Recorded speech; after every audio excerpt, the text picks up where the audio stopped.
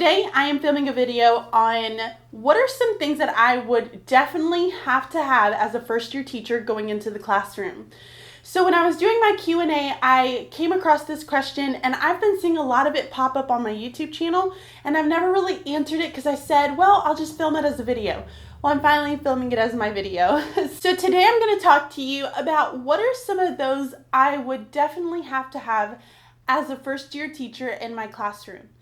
So let's go ahead and get started. The very first thing that I would tell you that you would absolutely have to have as a first year teacher are baskets.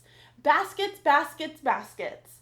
Because baskets will keep you organized. Baskets will hold your stations, it'll hold your books for your library, it will hold any supplies, it will hold if you're doing games or group work.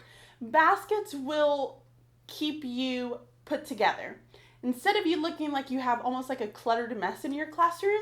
So definitely look into some baskets. I would say go to the Dollar Tree for sure. If your school gives you money and you can purchase some through Really Good Stuff or going to a parent-teacher store that's maybe in your neighborhood, I would try to check some of those out as well. But the Dollar Tree, guys, I've bought so many baskets from the Dollar Tree. They hold up really well. I think I've had some for like 2 or 3 years. After about the 3-year mark is when you're going to have to replace them.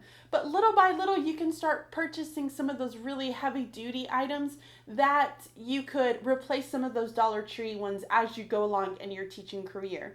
Definitely don't go out and just buy them all expensive in one shot because you're going to be so overwhelmed with how much money you're spending. But look into going into the Dollar Tree, getting some of those baskets, and whatever you want to commit and just purchase some really nice baskets for, you can go and do that. My very first year teaching, I went and I purchased really nice baskets for my library because I know I wanted my books to be in something that was sturdy, that's something my kids couldn't break because books are heavy. So I went to Walmart and I purchased some that are fabric, and I've loved them. I've had them for going on 5 years now, and they work like a charm. I think I've only had one of them break, and that was because the little boy was literally pushing down on it to the point where he wanted it to break. So but other than that, they have held up so nice in my classroom, and they've been jam-packed with books. Definitely go through and purchase some baskets for your classroom. You're going to need different shapes, different sizes. Look into getting some big ones for your library for organize any kind of group works. I would find they're about this big, some small ones for your pencils and getting your students organized. You can use those inside of your desk. You can use them inside of anything that's kind of in your space area and you want to sort those. I use them in small groups, and that's how I keep my students organized for small groups. So everything is placed inside of their little baskets, and that's all the materials that they'll need for small group. Definitely look into just various shapes and sizes. I've had round ones before, which I really do love.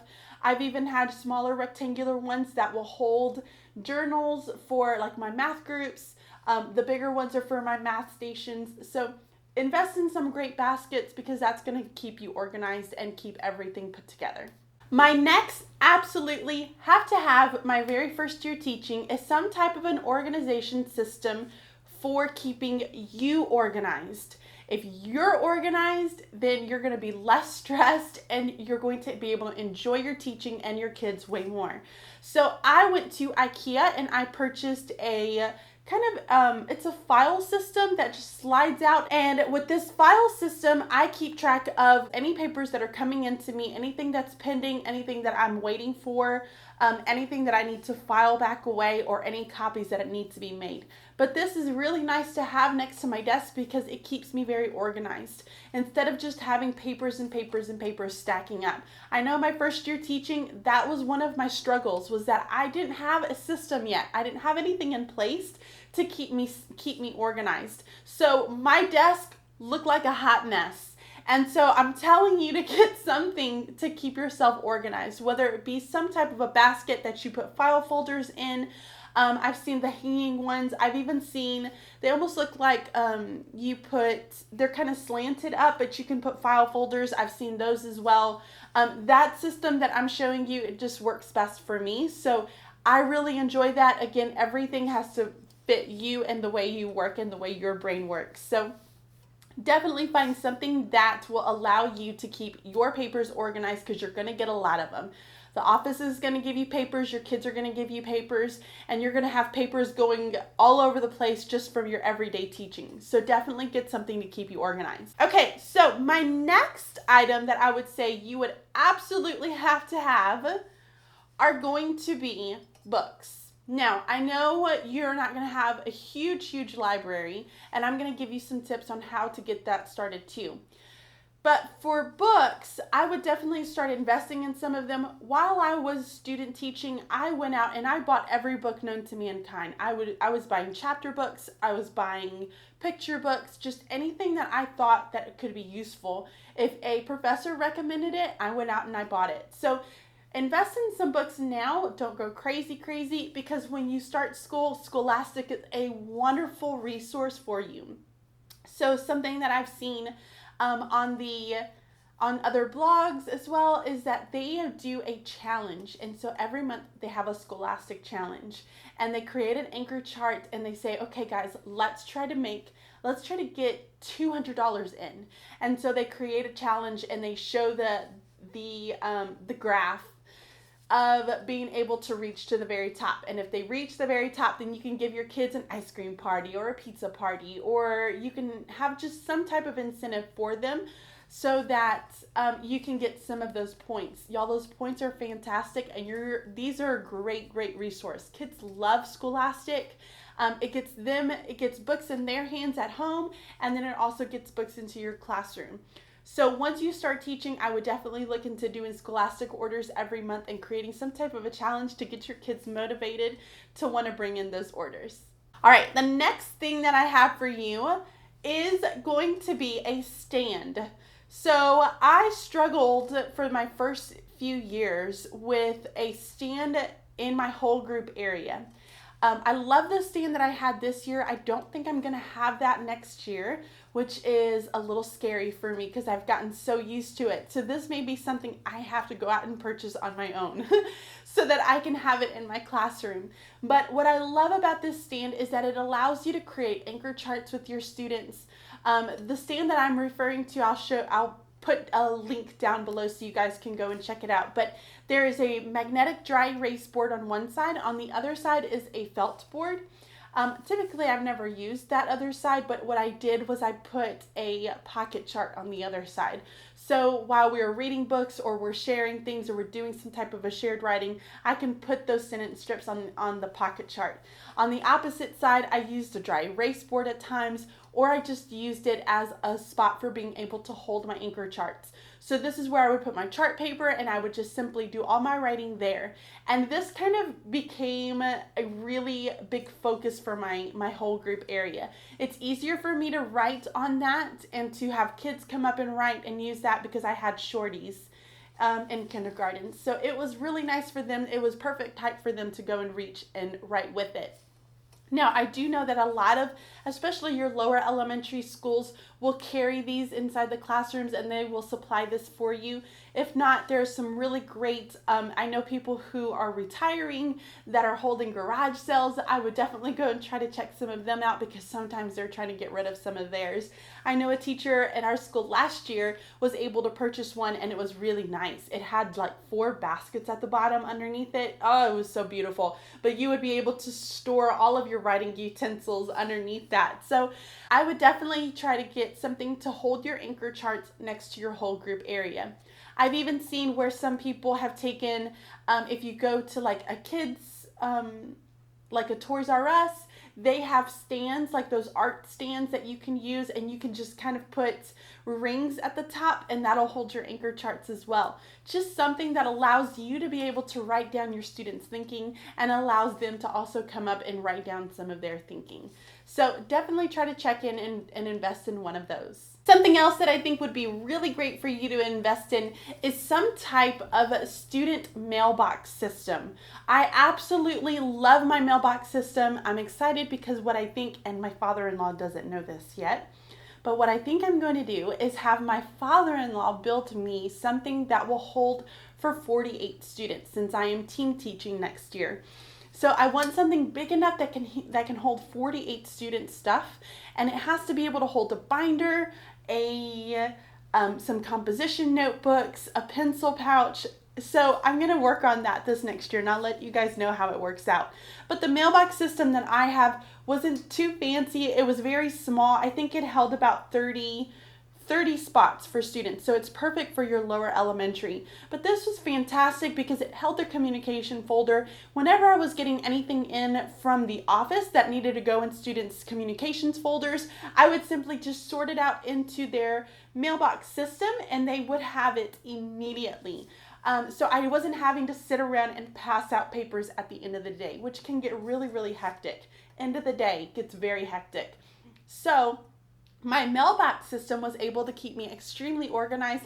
My students were able to go and grab all their things, stuff their papers, and then go and get packed up. So definitely look into some mailbox systems. I know that the one that I had was kind of the fake wood, and then it had the cardboard insertings in the middle.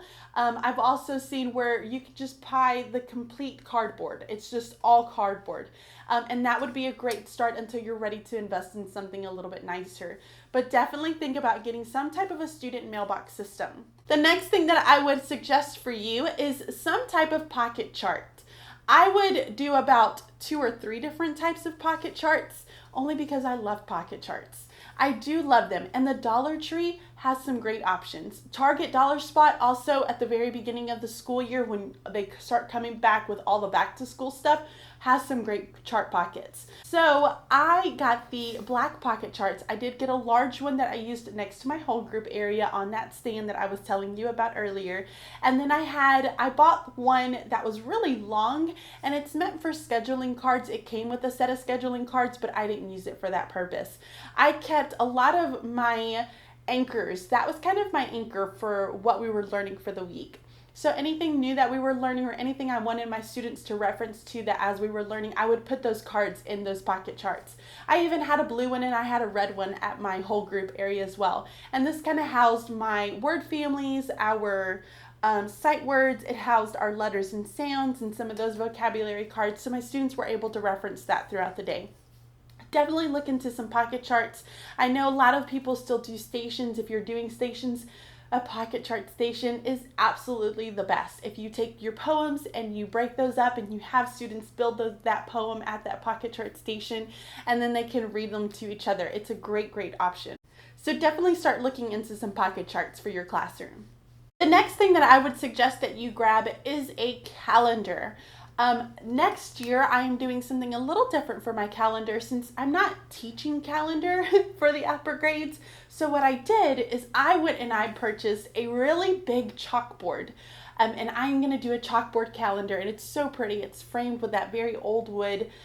So that's just a different way for you to incorporate that. But I like to have a calendar because even for upper elementary, I know lower elementary you're teaching calendar, so I'll leave a link down below to the pocket chart that I used for my lower elementary. I absolutely loved that pocket chart.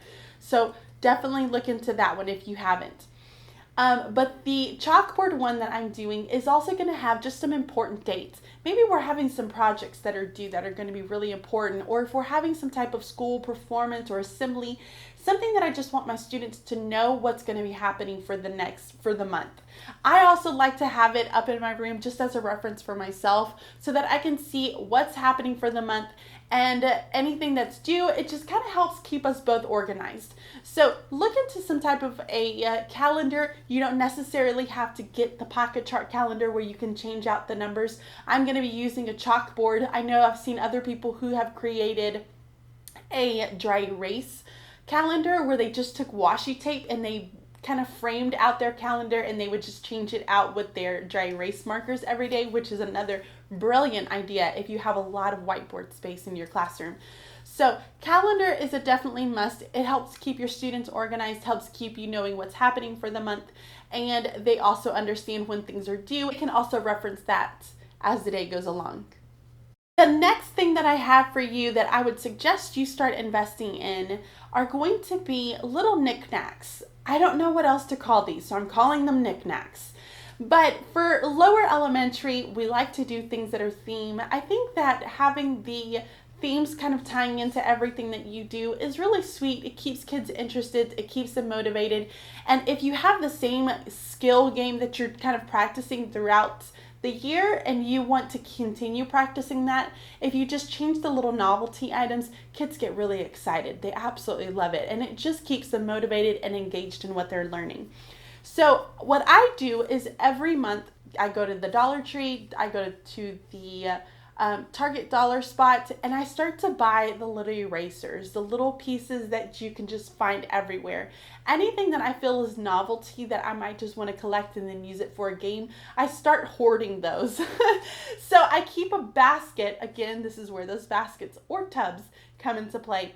But I keep a tub for every month, and every month as I'm purchasing some of those little knickknacks that I might use into games, or I may have them just count them, or just anything that you can imagine. It could be to cover up little game pieces, but I will put them inside of those buckets, and that's where I will store all of my theme novelty items. So start looking, especially if you're doing lower elementary, looking into some of those novelty items. It keeps students engaged. It keeps them really interested in what they're learning. And I mean, it's just cute. It's fun. I mean, who doesn't like to make learning fun, right? So the very last thing that I am going to suggest for you, and I know this can be extremely overwhelming, and purchasing things for your classroom is overwhelming. And I know it is overwhelming because you're walking into almost a blank space and you're saying, how am I supposed to create this inviting and welcoming atmosphere for my students?